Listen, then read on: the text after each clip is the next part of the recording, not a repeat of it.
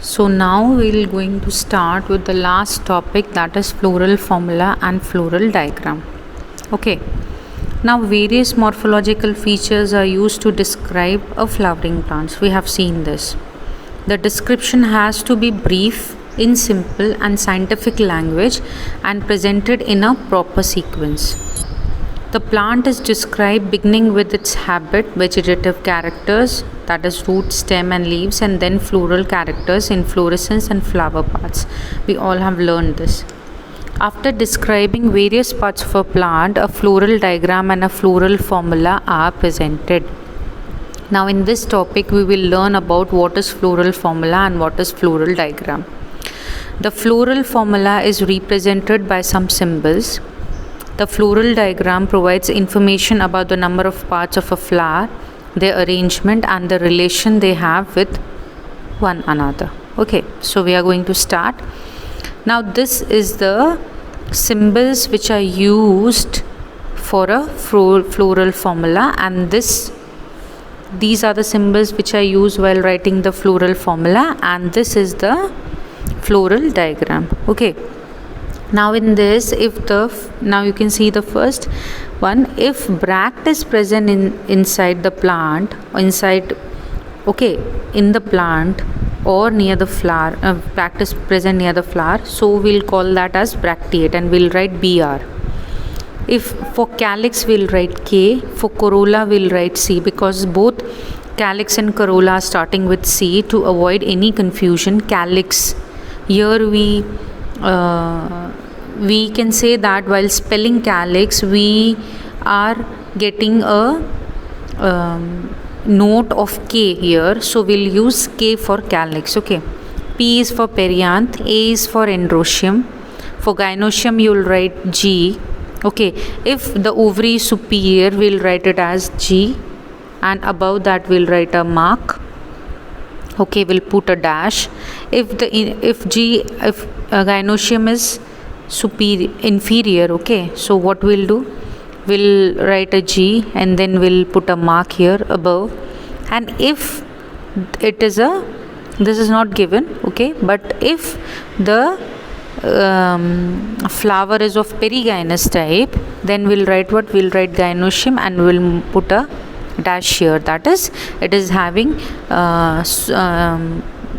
it's not having superior or inferior ovary, and all the floral whorls are arising at the periphery of that ovary. Okay, now for male we know the symbol, this is the symbol, male flower. Okay, for female flower we'll write like this, and if it's both we'll write this. If the flower is bisexual we'll write that. Okay, now if the flower is actinomorphic, means it can be divided into two equal halves in any plane, we'll put a circle and we'll put 4 marks. Okay, and if it is zygomorphic, it can be divided into two equal halves in any one plane, then we'll write this percentage sign. Okay,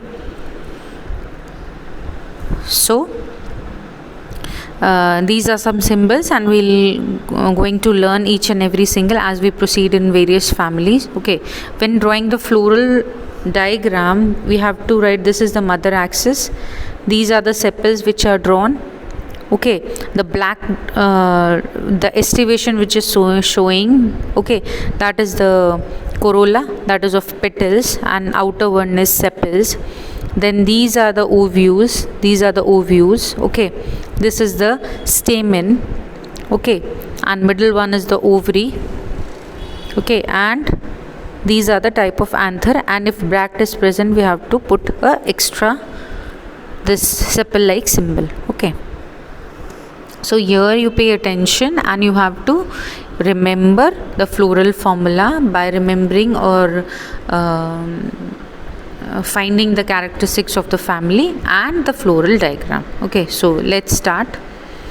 Now we'll start with the family, that is Fabaceae. Okay, so in Fabaceae, family Fabaceae, what are the vegetative characteristics? These are they can be trees, shrubs, herbs, root with root nodules. Okay, as the families Fabaceae, they will have root with root nodules, that is more nitrogen fixation will be there. Stem is erect or it can be a climber. Leaves can be alternate, pinnately compound, or simple. Leaf base is swollen, that we have already seen. It is found in that is called pulvinous, okay, or pulvinate, and that is generally found in the family Fabaceae. Stipules are present, that's why we call these leaves as stipulate, and reticulate venation is seen. Okay, now comes the floral characteristics. Okay, now in floral characteristics you will see that inflorescence is the racemose, flower is bisexual and zygomorphic. Okay, so first characteristics we'll write will be, if bract is present we'll write BR, but here the bract is not present, so we are not writing this. Okay, then the characteristics will be there is the symmetry. So this is a family who's having flower which are zygomorphic. So what we'll write, we write the percentage sign, you can see here. Okay, then the flower is bisexual, so we put the bisexual sign. Okay, now calyx, sepals are 5, gamosepalous and imbricate estivation. Okay, so sepals are 5, so we write sepal, K was for sepal, and we write 5. Now when these are united, that is gamosepalous, we put these 5 sepals in bracket. Okay, if they would have been free, then we don't have to draw this bracket, but if fusion is there, we have to draw a bracket. Okay, then comes the petals. Petals are also 5, so we'll write C. Okay, now we know that in family Fabaceae we have seen what? Vexillary estivation. So in vexillary estivation, 1 was the standard, 2 were the lateral wings, plus 2 were the keel, and these 2 keel were the united. Okay, so we'll put this 2 in the bracket. So the formula begins like this. Okay, so in corolla petals are 5, polypetalous means they are separated, papilionaceous consisting of a posterior standard. Okay, 1 was the standard, we have seen this estivation, it was like that. 1 was the standard estivation. Okay, 2 were the lateral appendages, were the wings. Okay, and finally 2 were the keel. This was the estivation here. So this one is separate, these 2 are also separate, and these 2 are united. So we write it as C1 plus 2. Okay, plus 2, and these 2 are united, so we put it in a bracket. So this was a specific characteristics of family Fabaceae, that this family is showing what? Vexillary estivation. Okay, so 2 anterior ones forming a keel enclosing stamens and pistil, and this was the vexillary estivation. Now when we come to the androecium, it is 10, so we'll write A. Okay, now this is diadelphous, meaning it is forming 2 groups. Now we have to remember that in family Fabaceae, total 10 anthers are total 10 stamens are there, but they are in the form of diadelphous, means they are forming 2 groups. So 9 anthers are united, 9 stamen are united, and 1 is free, so we'll write 9 in bracket plus 1. Okay, so this is the androecium. Now in gynoecium, we'll say that ovary is superior, so we'll write G, and we'll put a dash below this. Okay, monocarpally means only 1 carpel is there, so we'll write 1 here. Okay, and unilocular with many ovules, and style is single. Fruit is legume, seed 1 to many, and non-endospermic. Okay, so the floral formula becomes it is a actinomorphic flower or zygomorphic. It is zygomorphic, means we have to write the percentage sign. The flower is bisexual. Okay, so we'll put a mark which is for both. Then comes the calyx. Okay, calyx was having 5 sepals which were united. Then the corolla, vexillary estivation, so it was C plus 2 in bracket.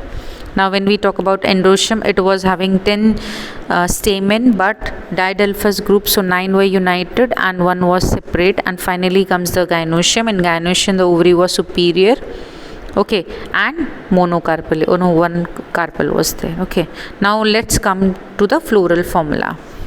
Okay, now you can see here we already studied that the stem can be climber, so tendrils are there. Okay, Now vexillary estivation is seen here. You can see that this is the vexillum or the standard, these are the wings, and these are the keel. Okay, now here you can see the stamen part. These 9 are united and this one single stamen is free. Okay, now when we talk about the fruit, you can see here LS of fruit. Okay, so the floral formula here is like this. This is the mother axis. Okay, now you can see that sepals are in joining position with each other. That was gamosepalous. All are joined with each other.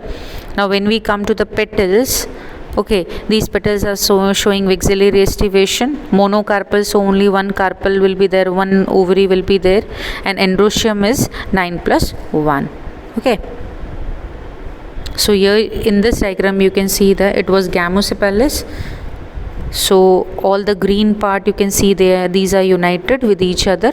Okay, now comes the interior part, that was the vexillary estivation. So one was the keel, one was the standard, this were the wings, and this were the keel. So this kind of estivation seen. Now the diagram which you are seeing like this, inside this are the anthers. So you'll see that 9 groups of anthers are lying like this and one is free, so it is diadelphous condition. Okay, you're able to see here, like these are the 9 like this, and one here is free. So these 9 plus 1 condition is there in androecium, and finally it is monocarpellary. Okay, and it is in P. What is the placentation you will see? Marginal placentation, so it is shown here. Okay, and you can see clearly the diadelphous condition here. Stamen part, 9 stamen are there and one is separated, so it is 9 plus 1, that is the androecium. Okay, so these were the characteristics of the family Fabaceae. Here the floral formula and floral diagram is very important. You have to learn all the characteristics, learn the floral formula and the floral diagram. Okay, so the economic importance of family Fabaceae can be many plants belonging to the family are sources of pulses like gram, arhar, same, moong, soya bean. Edible oil is there, soya bean, groundnut we usually use nowadays. Dye is present, that is indigo fera. Okay, fibers are there, that is sun hemp, which is used for the cattles. Okay, fodder cattles, that is sesbania and trifolium. Ornamentals plant are there which are for the showy purpose, that is lupin and sweet pea, and medicine, that is muletti, that is used for any irritation in the throat. Okay, now comes the family Solanaceae, that is the potato family. Okay, so we'll start with this floral diagram. You can see here, see all the sepals are united, so it will be gamosepalous. Petals are also united, so it will be polypetalous. Okay, now you can see here the stamens. Okay, the stamens are joined with the petals. Okay, see, you can see here the stamen is like this and it is joined with the petal. So the characteristics will be like this. Vegetative characteristics will be, they are mostly herbs, shrubs and rarely small trees. Okay, now stem is herbaceous, rarely woody, aerial, erect, cylindrical, branch, solid or hollow, hairy or glabrous. Hairy, or you can feel the velvety structure on the stem. Underground stem in potato, that is Solanum tuberosum. Alternate, simple, rarely pinnate, compound, exstipulate, and venation is reticulate. Now when we come to the inflorescence, it is solitary.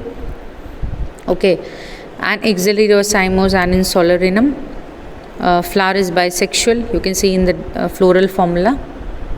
Okay, and actinomorphic, this is not given, you have to write this symbol. So first we'll write the actinomorphic flower, then we'll write the bisexual one. Okay, now sepals are 5, so we'll write K, and these are united, that is and it is valvate estivation, they are just touching each other by uniting themselves. Okay, so 5, and corolla is also 5 as you saw in the floral diagram, and these are also joining with each other. Okay, This is also showing valvate estivation. Now the androecium were joined with the petals. Okay, stamens are 5 and epipetalous. So we call this condition as epipetalous. When the androecium is joined with the petal, we call this as epipetalous. So how you have to write the condition epipetalous? You have to write the C form, that was for corolla, petals. These were united, and androecium. Androecium were 5, and these were joined with the petals. So we'll write in this form. A mark will be written in this form, and this is what? This is the epipetalous condition. Now gynoecium is bicarpellary, so we'll write G and 2. Okay, syncarpus, they are fused, so we'll write, put it in bracket, means there are two carpels and they are joined with each other. And the ovary is, okay, the ovary is superior, so we'll put a dash here. Okay, fruit is berry or capsule, and seeds are many or endospermous. Okay, so in this way you have to write the floral formula. Now in this here, you can see here that the sepals are united and petals are united, and specific you have to remember in Solanaceae that the androecium is joined with the petals. So we'll write it in floral formula like this. Corolla was 5, that is the petals, and androecium was also 5, and these were joined. So we'll write like this. Okay. Now the economic importance is, many plants belonging to this family are source of food, that is tomato, brinjal, potato, spice, that is chili, medicinal plant like belladonna and ashwagandha, fumigatory, that is tobacco, it will produce fumes, and ornamental like a petunia. Now comes the family Liliaceae. Okay, so here you can say that in this floral diagram there is no division of the petal and sepal. You can see here that the petals and sepals are one and the same, so there will be the formation of this perianth. When we cannot differentiate between the petals and sepals, we call it as perianth, and we call them as stepal. Okay, so the vegetative characteristics will be perennial. These are the perennial herbs. Stem is underground bulbs, corms, rhizomes. Leaves mostly basal, alternate, linear, exstipulate with parallel venation. Okay, when we talk about the floral characteristics, inflorescence is solitary.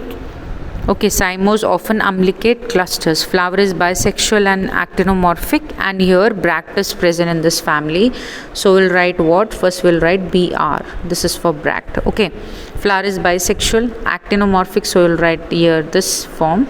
Okay, bisexual flower, you'll write the other symbol which was like this. Okay, now perianth is formed, that is tepal are 6, means 3 plus 3. Petals are 6, 3 plus 3, often united into a tube, and it is showing valvate estivation. So you have to write perianth, that is 3 plus 3. Okay, androecium, when we talk about the stamen, they are 6, so androecium will be 6, and they are also fused in the manner 3 plus 3, and they are joined with this stepal. So we'll put a mark like this. Okay, and gynoecium is there, 3 carpel will be there, and they will be fused, and the ovary will be superior. Okay, so flower is bisexual and actinomorphic. You can see here bracteate, actinomorphic, bisexual. Okay, tepal is there, 3 plus 3, and they are fused. Then androecium is also 6, that is 3 plus 3, and they are fused with the tepal, so we put this mark. Okay, now when we talk about the gynoecium, it is tricarpellary, syncarpus, ovary superior, trilocular with many ovules, and we'll see what? Exile placentation. Now fruits are capsule, rarely berry, and seed is endospermous. Now the economic importance of this is, many plants belonging to this family are good ornamentals like tulip and gloriosa. Source of medicine, that is aloe. Vegetables, that is asparagus, as you have learned about this. And this is what? Medicine that treats gout, called quinine. Okay, so once also we'll see the floral diagram. See here, you cannot differentiate between the petal and sepal, and the androecium is there with each one. So we wrote that perianth was there and 6 were there, so 3 plus 3 tepals were there, and endometrium was also there, that was 3 plus 3. Okay, and these are also fused, and these were also fused, and this was fused with the perianth, so we wrote it like this. And it was the axile placentation, you can see here in the diagram in the middle, it was axile placentation. Okay, and bracts are present here, so you can hear, so we call this family as bracteate family. And these were connected when these sepals are connected, when these endometrium, that is the stamen, are connected with the tepals, we call that condition as epiphyllous stamen. We call them as epiphyllous stamen. Okay, so what will be the economic importance?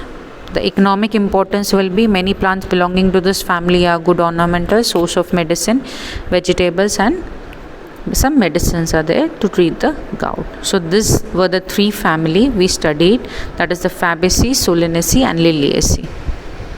Okay, floral formula all you don't have to describe, but you need to identify the floral formula, because this particular floral formula can be there and questions can be asked from this floral formula, and you need to know how to draw the floral formula. Okay, so this was the floral formula and floral diagram.